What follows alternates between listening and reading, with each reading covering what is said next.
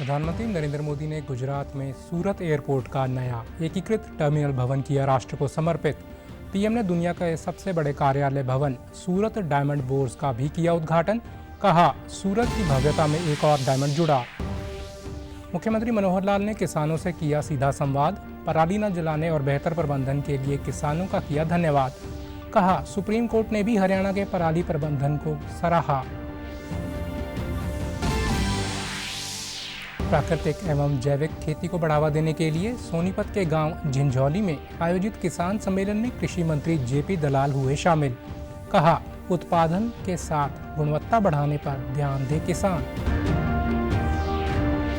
और प्रदेश भर में शहरी क्षेत्रों के लिए विकसित भारत संकल्प यात्रा शुरू। राज्यसभा सदस्य डॉक्टर अनिल जैन ने रोहतक में और केंद्रीय संयुक्त सचिव वंदना जैन ने नूंह में यात्रा को किया रवाना।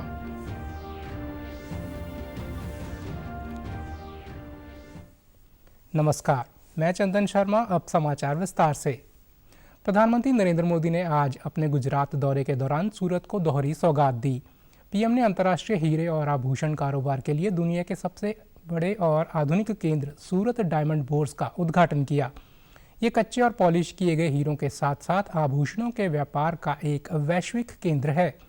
आयात निर्यात के लिए एक्सचेंज में अत्याधुनिक सीमा शुल्क, निकासी गृह मुद्रा आभूषण, व्यवसाय के लिए आभूषण मॉल और अंतर्राष्ट्रीय बैंकिंग व सुरक्षा माहौल की सुविधा इसमें शामिल होगी। इस मौके पर पीएम ने कहा कि आज सूरत शहर की भव्यता में एक और डायमंड जुड़ गया है। आजकल आप सभी मोदी की गारंटी की चर्चा खूब सुनते होंगे। हाल के दिनों में जो चुनाव नतीजे आए उसके बाद ये चर्चा और बढ़ गई है, लेकिन सूरत के लोग तो मोदी की गारंटी को बहुत पहले से जानते हैं।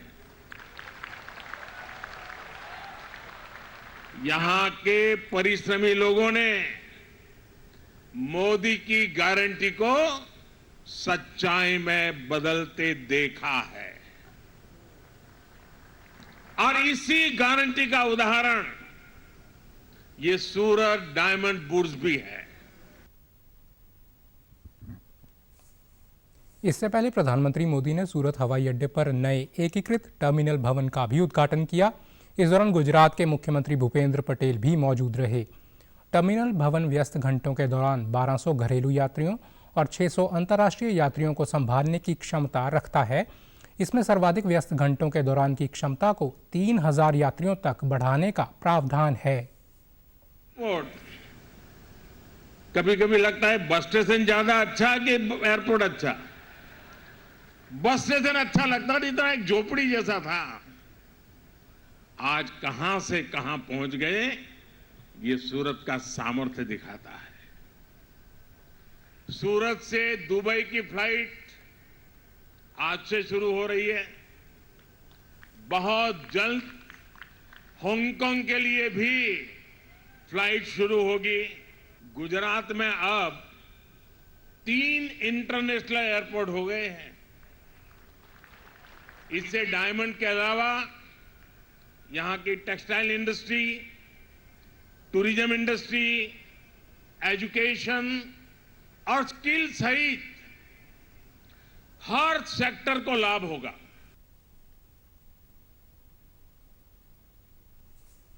प्रधानमंत्री नरेंद्र मोदी ने सूरत में रोड शो भी किया।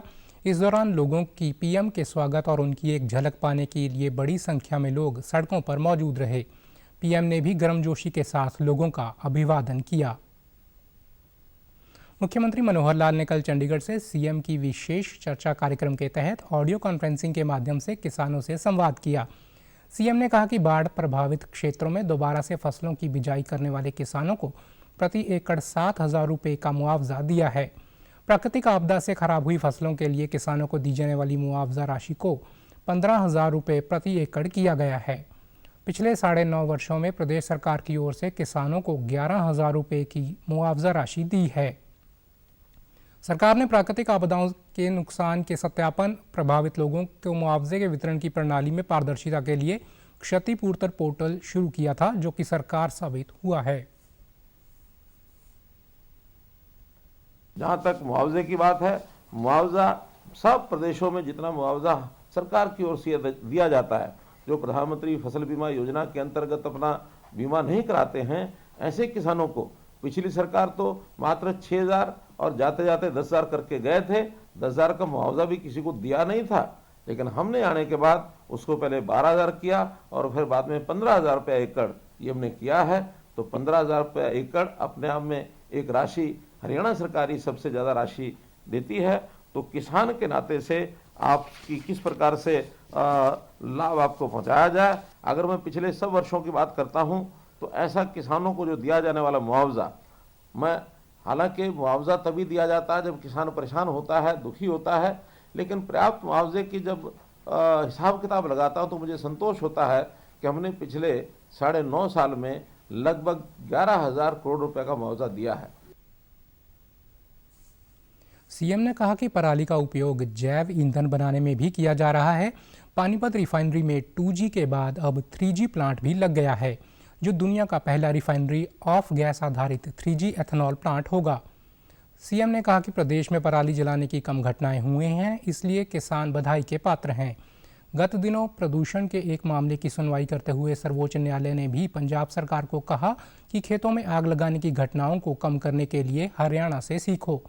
पराली का उपयोग कर बिजली बनाने के लिए कुरुक्षेत्र, कैथल, फतेहाबाद एवं जींद में बायोमास परियोजनाएं शुरू की गईं, जिनसे 30 मेगावाट विद्युत उत्पन्न हो रही है।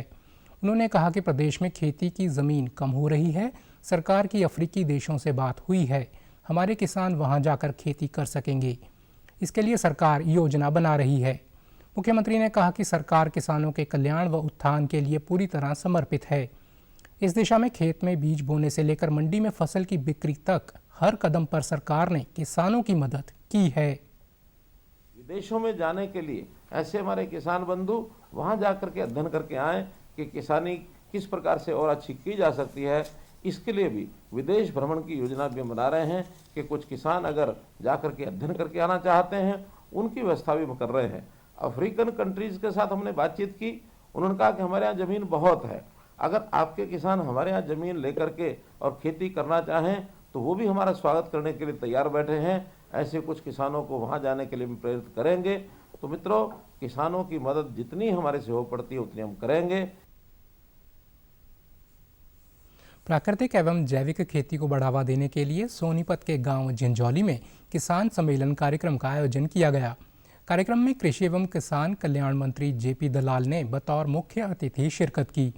इस दौरान कृषि मंत्री ने कहा कि खाद्यान्न के मामले में भारत बहुत अच्छी स्थिति में है और ये गौरव प्रधानमंत्री नरेंद्र मोदी के नेतृत्व में सरकार की किसान हितैषी नीतियों, किसानों के अथक परिश्रम व कृषि वैज्ञानिकों के कुशल अनुसंधान के कारण हासिल हुआ है। कृषि मंत्री ने जैविक खेती का जिक्र करते हुए कहा कि वैश्विक मानकों पर खरा उतरने के लिए फसलों के उत्पादन के साथ साथ गुणवत्ता पर ध्यान देना होगा और गुणवत्ता को बढ़ाने के लिए किसानों को प्राकृतिक खेती की ओर कदम बढ़ाना होगी और तभी इस दिशा में सफल हो सकते हैं। पुराने वक्त में बगैर पेस्टिसाइड के, बगैर खाद के, यूरिया के, DAP के कैसे खेती करते थे, उन विधियों को दोबारा से कैसे शुरू करें। पर आजकल उन विधियों में भी काफ़ी सुधार किया गया है। उसको प्रचलन करें और एक अच्छा उत्पाद तैयार करें, किसान की आमदनी बढ़ाएं और किसान और आम आदमी के जीवन में जिस अच्छे भोजन की जरूरत है वो हम प्रदान करें। कृषि मंत्री ने कहा कि प्रदेश में कृषि क्षेत्र के विकास के लिए मुख्यमंत्री मनोहर लाल ने अनेक ठोस कदम उठाए हैं। उन्होंने कहा कि सरकार द्वारा मुद्रा स्वास्थ्य कार्ड बनाए गए हैं, जिसका मुख्य उद्देश्य धरती की उर्वरा शक्ति का आंकड़ा संरक्षित करना रहा है। उन्होंने कहा कि सरकार द्वारा प्राकृतिक खेती की तरफ ध्यान देते हुए किसानों को प्राकृतिक खेती के लिए निःशुल्क ट्रेनिंग भी दे रही है। प्राकृतिक खेती की तरफ ध्यान दें। हमारे यहाँ कुरुक्षेत्र के अंदर आचार्य देवर जी ने एक फार्म बनाया हुआ है। हम किसानों को उस फार्म में भेजते हैं, ट्रेनिंग भी दिलवाते हैं कि प्राकृतिक खेती के जो तरीके हैं वो आप वहाँ पर सीखिए। फ्री ऑफ कॉस्ट आपको ले जाने का और वहाँ रहने का और ट्रेनिंग का सारा खर्चा हरियाणा सरकार देती है। हरियाणा सरकार के अधिकारियों को भी हमने ये जो विधि है तो सिखाई है और जो जीवामृत घनामृत बढ़ाने के लिए ये बड़ा सिंपल है। इसमें जो तरीके हैं उसी करके ड्रम के पैसे हम सरकार के खर्चे से देते हैं। विकसित भारत संकल्प यात्रा की कल रोहतक में शहरी क्षेत्र में शुरुआत हुई। इस अवसर पर विश्वकर्मा स्कूल में आयोजित कार्यक्रम में राज्यसभा सदस्य डॉक्टर अनिल जैन ने बतौर मुख्य अतिथि शिरकत की। इस दौरान प्रधानमंत्री नरेंद्र मोदी का लाइव संदेश भी सुनाया गया। प्रधानमंत्री ने वर्चुअल तौर पर विभिन्न योजनाओं के लाभार्थियों से संवाद किया और 5 राज्यों में विकसित भारत संकल्प यात्रा का शुभारंभ किया। राज्यसभा सदस्य रामचंद्र जांगड़ा और सांसद डॉक्टर अरविंद शर्मा भी इस मौके पर मौजूद रहे। राज्यसभा सदस्य डॉक्टर अनिल जैन ने कहा कि केंद्र सरकार गरीबों को समर्पित सरकार है। प्रधानमंत्री की करनी और कथनी में कोई अंतर नहीं है। उन्होंने व्यवस्था में परिवर्तन कर पात्र लोगों तक योजनाओं का पूरा लाभ पहुंचाकर देश के नागरिकों का विश्वास जीता है। वर्तमान में भारत विश्व की सबसे तेज गति से बढ़ने वाली अर्थव्यवस्था है। डॉक्टर जैन ने कहा कि प्रधानमंत्री ने गरीब कल्याण के लिए 100 से अधिक योजनाएं शुरू की हैं। राज्यसभा सांसद रामचंद्र जांगड़ा ने कहा कि सरकार ने 17 करोड़ नए गैस कनेक्शन दिए हैं तथा नागरिकों को पर्याप्त घरेलू गैस उपलब्ध करवाई जा रही है। किसानों को 0% ब्याज पर ऋण दिया जा रहा है। देश में सड़कों का जाल बिछाया गया है। रेलवे स्टेशनों को हवाई अड्डों की तरह विकसित किया जा रहा है।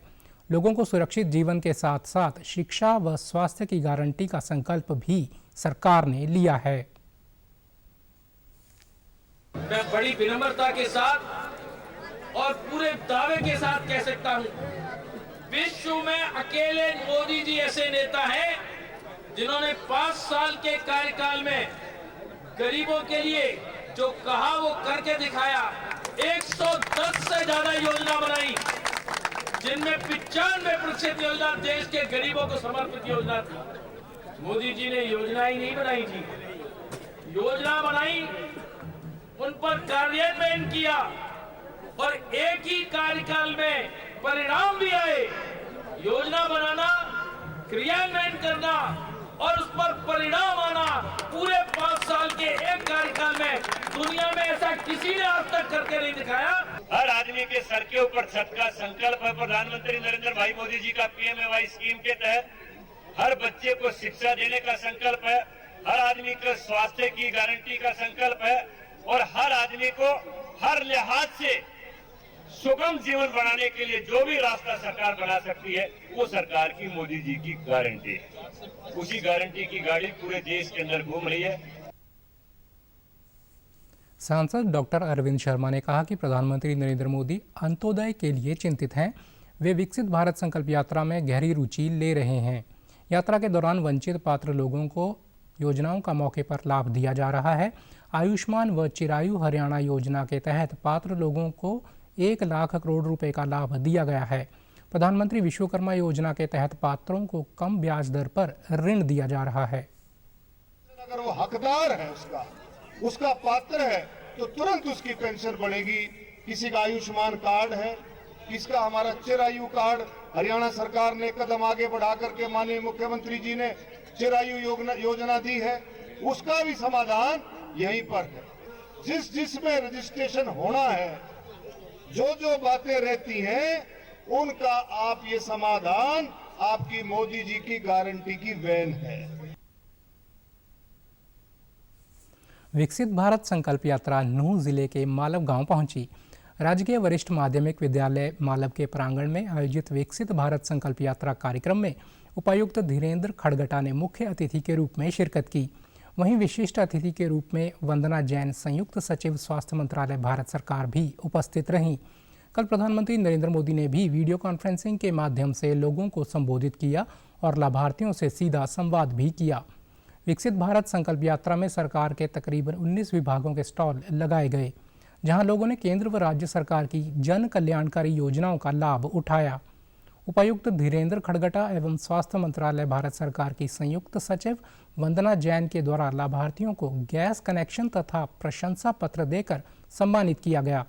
इस दौरान विभिन्न विभागों के अधिकारियों व कर्मचारियों ने केंद्र व राज्य सरकार की योजनाओं के बारे में विस्तार पूर्वक जानकारी दी।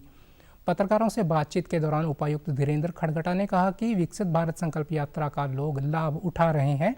ये यात्रा गांव-गांव जाएगी और केंद्र तथा राज्य सरकार की जन कल्याणकारी योजनाओं का लाभ लोगों तक पहुंचाया जाएगा। संयुक्त सचिव वंदना जैन ने बताया कि कैंप में लोग टीबी, ब्लड प्रेशर, शुगर आदि की भी जांच करवा सकते हैं। जितने भी काम जो सरकार की योजनाएं हैं वो पहुंचाई जाए और उनका लाभार्थी लोग जो आए जिन्होंने लाभ लिया हुआ है उनको बताएं कि इन्होंने लाभ लिया है, उनके बारे में वो अपनी कहानी बताएं कि जी हमारा ये लाभ मिला इस स्कीम के द्वारा, और आगे लोगों को प्रेरित करें ताकि ज्यादा से ज्यादा लोग उस गांव के, उस शहर के, उस वार्ड के उसका लाभ ले सकें। आयुष्मान भाव के अंडर जो भी फैसिलिटीज हैं सब लोग उसका फायदा उठाएं, आयुष्मान कार्ड बनवाएं और टीबी के लिए स्क्रीनिंग वगैरह के लिए जो भी फैसिलिटीज दी गई हैं उसका देखिए अपना, और एनसीडी जो है नॉन कम्युनिकेबल डिजीजेस जैसे कि टीबी हो, डायबिटीज है, बीपी है, इन सब के लिए भी अपना स्क्रीनिंग वगैरह करवा के और जो बनता है इलाज वगैरह करवाइए। वहीं विकसित भारत संकल्प यात्रा के दौरान विभिन्न योजनाओं का लाभ ले रहे लाभार्थियों ने इन योजनाओं के लिए सरकार की सराहना की। हमारे ग्राम संगठन को 5 लाख रुपए की राशि HSRLM जो हमारा ग्रुप जहाँ से खुला हुआ है उसके द्वारा मिली हुई है। वो CIF की राशि से बहुत सारा लोन लेकर महिलाओं ने अपनी, किसी ने दुकान खोल रखी है, किसी ने मतलब दुकान पर चुने दुकान खोल रखी है, कॉस्मेटिक की दुकान खोल रखी है और अपना खुद का रोजगार कर रहे हैं, जिससे हमारे सभी महिलाओं को बहुत ज्यादा फायदा हो रहा है। बहुत ही अच्छी योजना है, मतलब गरीबों की बहुत ही हेल्प हो रही है और जिसका प्रोसेस है फॉर्म भरने का वो भी बहुत मतलब आसान है और एजेंसी वाले भी मतलब बहुत हेल्प कर रहे हैं और बहुत सारे लोग इसका मतलब फ़ायदा उठा रहे हैं और ज़रूरतमंद लोग इसका बहुत ज़्यादा फ़ायदा उठा रहे हैं और उनको बहुत ज़्यादा फ़ायदा मिल रहा है। इसका नाम PMVY है, उसमें मुझे 5000 रुपए का लाभ हुआ है, जिससे मैं प्रधानमंत्री जी का तहे दिल से शुक्रिया अदा करना चाहती हूँ। मैं सब बहनों से कहना चाहती हूँ कि जिस तरह से मैंने अपने बच्चों का अपने लिए लाभ लिया है उसी तरह सारी बहनें इसका लाभ उठाएं।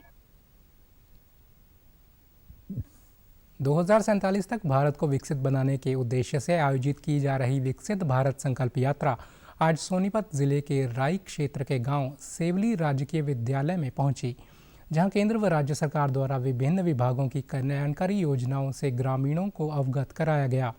इस कार्यक्रम में राई के विधायक मोहनलाल बड़ौली ने मुख्य अतिथि के तौर पर शिरकत की। लोगों को संबोधित करते हुए मोहनलाल बड़ौली ने कहा कि वर्ष 2047 में जब देश को आज़ाद हुए 100 वर्ष पूरे हो जाएंगे तो उस समय भारत विकसित राष्ट्र की सूची में शामिल होगा। उन्होंने कहा कि जैसे पोलियो अभियान चलाया जाता है पोलियो खत्म करने के लिए, ऐसे ही सरकार प्रधानमंत्री के नेतृत्व में गरीबों को ढूंढकर गरीबी रेखा से ऊपर उठाने का काम कर रही है।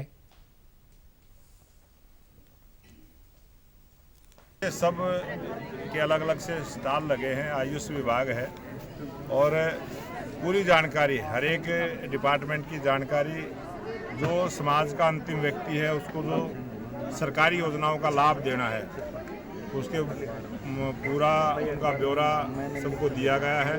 और बहुत सारे भाई ऐसे हैं जिनकी फैमिली आईडी में कोई इनकम का ब्यौरे में जो गलती है उसकी वेरिफिकेशन की बहुत सारी जानकारी है।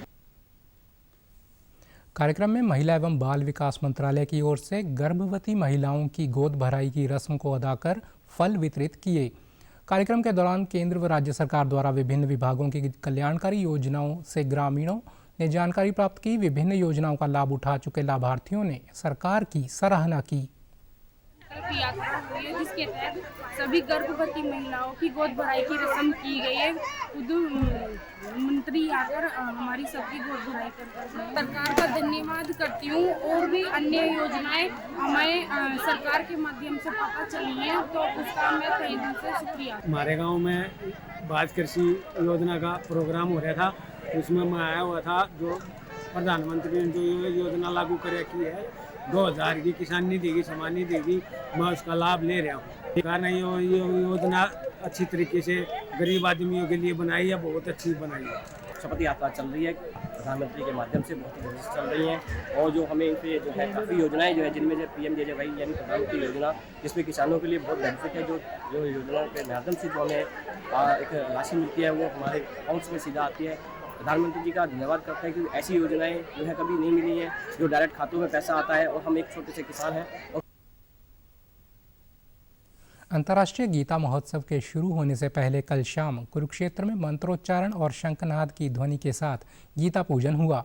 भाजपा प्रदेशाध्यक्ष नायब सिंह सैनी, गीता मनीषी स्वामी ज्ञानानंद, विधायक सुभाष सुधा और KDB के सभी सदस्यों द्वारा ब्रह्म सरोवर पर गीता पूजन किया गया। इस हवन यज्ञ में विश्व शांति व मानव कल्याण के लिए पूजा अर्चना की गई। इस अवसर पर भाजपा के प्रदेशाध्यक्ष ने प्रदेशवासियों को बधाई और शुभकामनाएं देते हुए कहा कि प्रदेश सरकार के प्रयासों से गीता जयंती को अंतर्राष्ट्रीय गीता महोत्सव का दर्जा मिला है। इस महोत्सव में हर साल लाखों की संख्या में लोग शिरकत करते हैं और महोत्सव का आनंद लेते हैं। इस महोत्सव को लेकर पूरे प्रदेश में कार्यक्रमों का आयोजन किया जाएगा। आज अंतर्राष्ट्रीय गीता जयंती महोत्सव मनाया जा रहा है। आज सुबह हवन यज्ञ के साथ आज इसका शुभारंभ हुआ है। आज 17 तारीख से लेकर के 25 तारीख तक प्रमुख कार्यक्रम गीता जयंती महोत्सव के होने वाले हैं और ब्रह्म सरोवर के ऊपर आज हवन यज्ञ के द्वारा इसका शुभारंभ किया गया है। असम के राज्य आज इस अब की अंतर्राष्ट्रीय गीता जयंती महोत्सव में पार्टनर स्टेट के नाते से है। इस अवसर पर गीता मनीषी स्वामी ज्ञानानंद महाराज ने कहा कि इस महोत्सव ने पूरी दुनिया में अपनी एक पहचान बना ली है।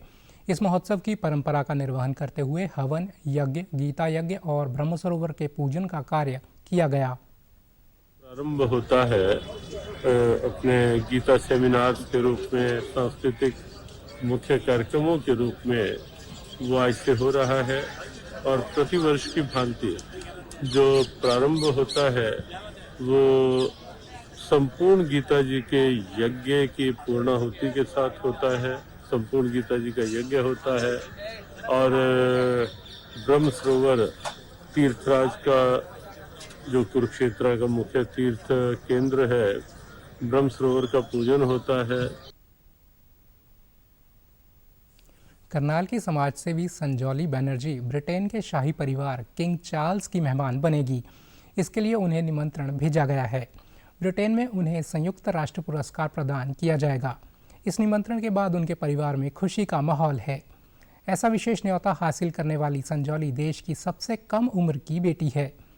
वे भारत की 75 मोस्ट पावरफुल व इंस्पायरिंग वुमेन में से एक है जिन्हें प्रिंस चार्ल्स ने विशेष न्योते पर बुलाया है। संजौली कई सालों से लिंग समानता, शिक्षा, पर्यावरण व स्वास्थ्य की अलख जगा रही है। संजौली ने अंतर्राष्ट्रीय स्तर पर मिलने वाले इस सम्मान का श्रेय अपने शिक्षक व अभिभावकों को दिया। उन्होंने कहा कि आज़ादी के 75वें अमृत महोत्सव पर भारत व ब्रिटेन की अन्य 75 पावरफुल महिलाओं को भी खास मेहमान बनकर यहां रिसेप्शन का न्योता दिया गया है। अब उनका लक्ष्य संयुक्त राष्ट्र में जाकर महिलाओं और समाज के लिए पॉलिसी मेकिंग में योगदान देना है। उन्होंने कहा कि प्रधानमंत्री नरेंद्र मोदी ने इस मुद्दे को प्रमुखता से उठाया, जिस कारण महिलाओं में आत्मविश्वास बढ़ा और आज वे विभिन्न क्षेत्रों में आगे बढ़ रही हैं।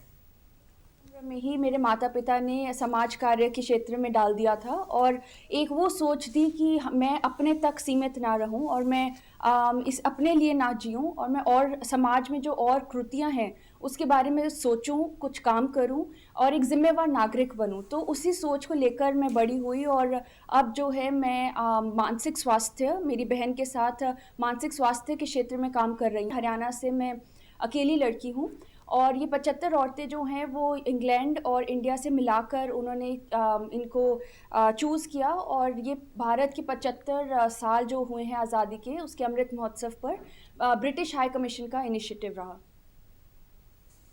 संजौली के अभिभावकों ने बताया कि ऑस्ट्रेलिया के राष्ट्रीय विश्वविद्यालय से अंतर्राष्ट्रीय सुरक्षा में स्नातक और सामाजिक कार्य में स्नातकोत्तर संजौली ने लिंग समानता, शिक्षा, पर्यावरण व स्वास्थ्य पर जागरूकता की अलख जगाने के लिए विभिन्न समुदायों के साथ काम किया। कोरोना काल के दौरान उसने ऐसे बच्चों को पढ़ाया जो आर्थिक कमजोरी के कारण पढ़ नहीं पा रहे थे। हमें गर्व है कि हमें ऐसी बेटियां मिली हैं जो सिर्फ अपने लिए नहीं बल्कि समाज के लिए कुछ कार्य कर रही हैं। कार्यक्रम किए, अलग अलग कैंपेन शुरू किए और इवन 7 स्टेट्स की यात्रा भी की उन्होंने अभियान को लेके, पृथ्वी बचाओ और बेटी बचाओ। तो मैं समझता हूँ कि मोदी जी प्रधानमंत्री बहुत पावरफुल इंसान है, वर्ल्ड के लीडर हैं उन्होंने इस नेतृत्व को और ज़्यादा आगे बढ़ाया। और हम तो एक छोटे से सेवक थे, इस देश के दास हैं, और उन्होंने उस चीज़ को और बड़ा पायलट प्रोजेक्ट बनाया। और आज मैं ये समझता हूँ कि महिलाओं की पार्टिसिपेशन बढ़ती जा रही है और इस चीज़ को यूके गवर्नमेंट ने भी समझा है। जो किंग चार्ल्स का इनविटेशन आया है वहाँ से 75 विमेन 75 साल हो गए हैं इस देश की आज़ादी को, तो वो मनाते हुए इंडिया और यूके से जो 75 विमेन को बुलाया है, तो बहुत गर्व महसूस हो रहा है। बहुत धन्यवाद है प्रभु का। माता पिता की तो कोशिश होती है कि उन्हें अच्छे काम सिखाना, उन्हें देश सेवा या समाज सेवा सिखाना, तो पता नहीं था कि ये छोटा सा बीज एक वृक्ष बनेगा। शिरोमणि गुरुद्वारा प्रबंधक कमेटी की ओर से 9वीं पातशाही गुरु तेग बहादुर जी के शहादत दिवस के उपलक्ष्य में कल श्री अकाल तख्त साहिब से गुरुद्वारा गुरु का महल तक विशेष नगर कीर्तन निकाला गया। गुरु ग्रंथ साहिब और पंज प्यारों की अगुवाई में निकाले गए इस नगर कीर्तन में संगत ने बढ़ चढ़कर भाग लिया। रास्ते में लोगों ने फूल बरसाकर नगर कीर्तन का स्वागत किया। वहीं आज गुरु तेग बहादुर की शहादत दिवस पर गुरुद्वारा गुरु का महल में अखंड पाठ का भोग डाला जाएगा। उसके बाद विशेष धार्मिक दीवान सजाए जाएंगे। इस मौके पर हरियाणा के मुख्यमंत्री मनोहर लाल ने एक्स पर एक पोस्ट साझा करते हुए कहा है कि तप, त्याग और साधना के प्रतीक सिखों के 9वें गुरु गुरु तेग बहादुर जी को उनके ज्योति ज्योत दिवस पर शत शत नमन। भाईचारे व प्रेम को अपनाने का संदेश देते हुए उन्होंने समाज में फैली कुरीतियों को समाप्त करने हेतु अथक प्रयास किए। गुरु जी की शिक्षाएं, वाणी एवं उनका आदर्श जीवन सदैव हम सभी का मार्ग प्रशस्त करता रहेगा। आज गुरु तेग बहादुर जी का शहीदी दिवस बड़ी श्रद्धा के साथ पूरे विश्व में मनाया जा रहा है। कैथल के ऐतिहासिक गुरुद्वारा मंजी साहब और गुरुद्वारा नीम साहब में सुबह सुबह से ही श्रद्धालुओं ने पहुंचकर गुरु ग्रंथ साहब का पाठ और शब्द कीर्तन सुना। गुरु तेग बहादुर जी को हिंद की चादर के नाम से भी जाना जाता है। उन्होंने अपना सारा जीवन मानवीय मूल्यों और सिद्धांतों की रक्षा के लिए समर्पित कर दिया था। श्रद्धालु साहब सिंह, डॉक्टर पवन थरेजा और भूपेंद्र सिंह ने कहा कि गुरु तेग बहादुर ने हिंदू धर्म की रक्षा के लिए अपना सब कुछ न्यौछावर कर दिया था, इसलिए गुरु तेग बहादुर को हिंद की चादर कहा जाता है। उन्होंने कहा कि गुरु तेग बहादुर द्वारा हिंदू धर्म की रक्षा के लिए महान कुर्बानियाँ दी, जिन्हें कभी भुलाया नहीं जा सकता।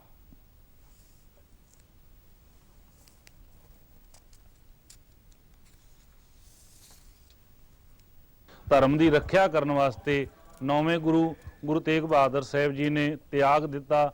9ਵੇਂ ਗੁਰੂ ਤੇਗ ਬਹਾਦਰ ਸਾਹਿਬ ਜੀ ਨੇ ਆਪਣਾ ਸੀਸ ਦੇ ਕੇ ਤਿਲਕ ਤੇ ਜੰਜੂ ਦੀ ਰੱਖਿਆ ਕੀਤੀ। ਅੱਜ ਸਮੁੱਚੇ ਸਮਾਜ ਨੂੰ ਇਸ ਗੱਲ ਤੋਂ ਸਮਝ ਲੈਣੀ ਚਾਹੀਦੀ ਹੈ, ਸੂਝ ਲੈਣੀ ਚਾਹੀਦੀ ਹੈ ਕਿ ਕਦੀ ਵੀ ਕੋਈ ਧਰਮ ਕਿਸੇ ਨੂੰ ਨਾ ਨੁਕਸਾਨ ਪਹੁੰਚਾਉਂਦਾ ਹੈ ਤੇ ਨਾ ਕਦੀ ਕੋਈ ਧਰਮ ਮਾੜਾ ਹੋਇਆ। 9ਵੇਂ ਪਾਤਸ਼ਾਹ ਮਹਾਰਾਜ ਜਿਹੜੇ ਖੁਦ ਨਾ ਤਿਲਕ ਲਾਉਂਦੇ ਨੇ ਨਾ ਜੰਜੂ ਪਾਉਂਦੇ ਨੇ। ਸਿਰਫ ਸਿੱਖਾਂ ਦੇ ਗੁਰੂ ਨਹੀਂ ਸੀ, ਗੁਰੂ ਤੇਗ ਬਹਾਦਰ ਜੀ ਸਾਰੇ ਸੰਸਾਰ ਦੇ ਗੁਰੂ ਸੀ। ਉਹਨਾਂ ਨੇ ਆਪਣੀ ਬਲਿਦਾਨੀ ਦਿੱਤੀ, ਉਹਨਾਂ ਨੇ ਆਪਣੇ ਪੁੱਤਰ ਦੀ ਬਲਿਦਾਨੀ ਵੀ ਦਿੱਤੀ, ਉਹਨਾਂ ਦੇ ਆਪਣੇ ਚਾਰੋਂ ਪੁੱਤਰਾਂ ਦੀ ਬਲਿਦਾਨੀਆਂ ਵੀ ਦੇਸ਼ ਦੇ ਵਾਸਤੇ ਦਿੱਤੀਆਂ। ਉਹ ਇੱਕ ਕੌਮ ਦੇ ਗੁਰੂ ਨਹੀਂ ਸੀ, ਇੱਕ ਕੌਮ ਦੇ ਮਤਲਬ ਗੁਰੂ ਨਹੀਂ ਸੀ। ਉਹਨਾਂ ਨੇ ਸਾਰੇ ਦੇਸ਼ ਦੇ ਵਾਸਤੇ ਸ਼ਹਾਦਤਾਂ ਦਿੱਤੀਆਂ। ਉਹਨਾਂ ਨੇ ਕੋਈ ਇੱਕ ਧਰਮ ਦੇ ਵਾਸਤੇ ਨਹੀਂ ਬੋਲਿਆ। ਸਾਰੀ ਜਗਤ ਵਾਸਤੇ, ਸਾਰੀ ਮਾਨਵਤਾ ਦੇ ਵਾਸਤੇ ਆਪਣੇ ਠੀਕਰ ਸਰੀਰ ਦਾ ਜੋ ਠੀਕਰ ਹੈ ਉਹ ਇਸ ਮੁਗਲਾਂ ਦੇ ਸਿਰ ਤੇ ਆਪਣਾ ਦਿੱਲੀ ਵਿੱਚ ਵਾਰ ਦਿੱਤਾ। ਆਪ ਸ਼ਹਾਦਤ ਤੇ ਜਾਮ ਪੀਤੇ ਅਤੇ ਤਿੰਨ ਸਿੰਘਨ ਜੋ ਮਤੀਦਾਸ ਜੀ, ਸਤੀਦਾਸ ਜੀ, ਦਿਆਲਾ ਜੀ, ਇਹਨਾਂ ਸਾਰਿਆਂ ਨੇ ਗੁਰੂ ਸਾਹਿਬ ਜੀ ਦੇ ਸਾਹਮਣੇ ਹੀ ਸ਼ਹਾਦਤ ਦੇ ਕੇ ਜੋ ਗੁਰੂ ਦੇ ਦੱਸੇ ਹੋਏ ਪੂਰਨੇ ਤੇ ਚੱਲਦੇ ਹੋਏ ਆਪਣੇ ਆਪ ਨੂੰ ਗੁਰੂ ਤੇਗ ਬਹਾਦਰ ਸਾਹਿਬ ਜੀ ਦੇ ਵਾਰਨੇ ਕਰ ਦਿੱਤੇ। प्रधानमंत्री ने संसद की सुरक्षा में हुई चूक पर चिंता जताई है। एक दैनिक अखबार को दिए विशेष साक्षात्कार में प्रधानमंत्री ने कहा कि ये घटना बेहद दुखद और चिंताजनक है। इसे लेकर वाद विवाद या प्रतिरोध के बजाय इसकी गहराई में जाना ज़रूरी है ताकि समाधान का रास्ता ढूंढा जाए। पीएम मोदी ने कहा कि संसद में जो घटना हुई उसकी गंभीरता को ज़रा भी कम नहीं आंकना चाहिए, इसलिए स्पीकर महोदय पूरी गंभीरता के साथ आवश्यक कदम उठा रहे हैं। जांच एजेंसियां सख्ती से जांच कर रही हैं। इसके पीछे कौन से तत्व हैं, क्या मंसूबे हैं, इसकी गहराई में जाना भी उतना ही ज़रूरी है। प्रधानमंत्री ने अनुच्छेद 370 पर कहा कि ब्रह्मांड की कोई ताकत अब 370 की वापसी नहीं करा सकती।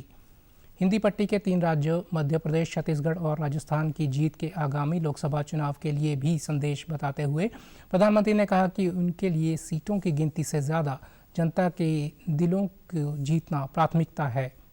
समाचारों में आज इतना ही। नमस्कार।